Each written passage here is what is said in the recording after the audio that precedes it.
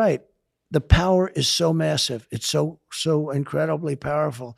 But everybody said because of this power, nobody will use it because they're assuming that people are sane.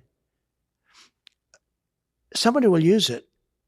And when they use it, it will be devastation like never seen before.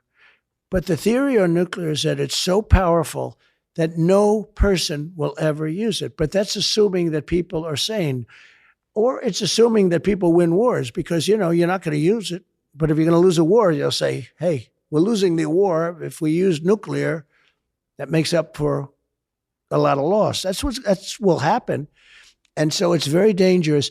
But the theory was that nobody would ever use it because of the power, because of the destructive capability of nuclear.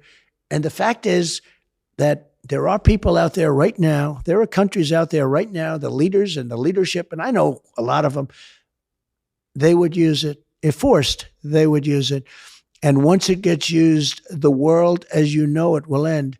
And when I see these people talking about global warming, where the ocean will rise by 1/100th of an inch over the next 350 years, where it's going to get a little bit warmer or a little bit cooler. They don't know. It used to be global warming. They don't talk about it as much, though. No, they don't talk. No, Al Gore went into hiding or something. Well, no, now they call it climate change because they said it's going to get warmer. It was getting colder. Then it was going to get colder. It's getting warmer. They used to say global cooling because they thought the world was going to freeze. That was in the 1920s. They had a thing, global cooling. Then it went to global warming, but that wasn't working. So now they go to climate change because that covers everything.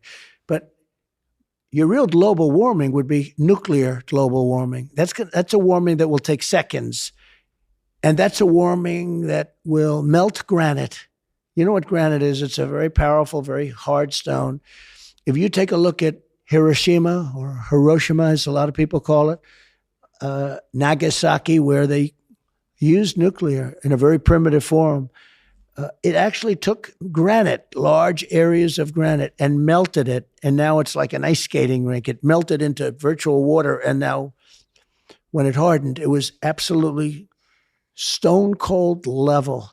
It melted granite. You could hit granite with a blowtorch and it won't even do anything to it. So you're talking about a level of power, a level of heat, a level of destruction. Nobody talks about that. They talk about global warming. It's sick.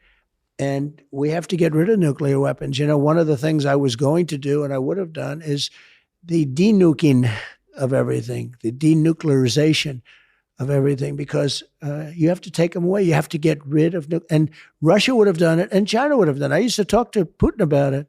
He loved the idea of doing it. So what, we would have taken away nukes and they would have as well? Where you denuclearize, where you actually get rid of nuclear weapons.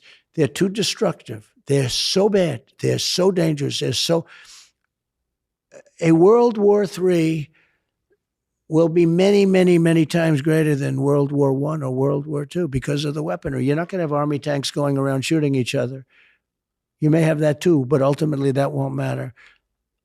And we really, when I was doing Tucker Carlson the other night, we were talking about it. And great guy. He is a great guy, and he's, we had a really good show. We talked a lot about it, and he said, that's right. What's worse? And this could take place in seconds. This isn't in 300 years from now. And the radical left never likes talking about it, and they should talk about it. And other countries know exactly what I'm talking about, and they would get rid of a lot of their nuclear weapons